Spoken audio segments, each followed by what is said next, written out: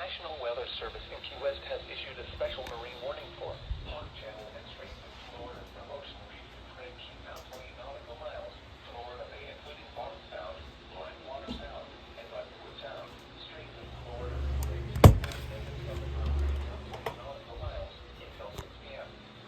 At 4:56 p.m., strong thunderstorms were located along a line extending from near Mosquito Bank Light to near Lignum Vitae Key, moving south at 15 knots. Hazard, wind gusts 34 knots or greater. Source, National Weather Service meteorologist. Impact, expect wind gusts in excess of 34 knots, suddenly high waves, frequent lightning, and heavy downpours. Locations in the warning include Mosquito Bank Light, Whale Harbor, Tavernier Creek, Islamorada Hub, French Rep, Tavernier, and Steamboat Channel.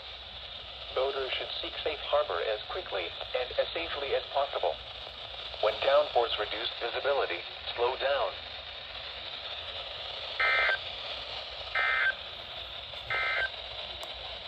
These are the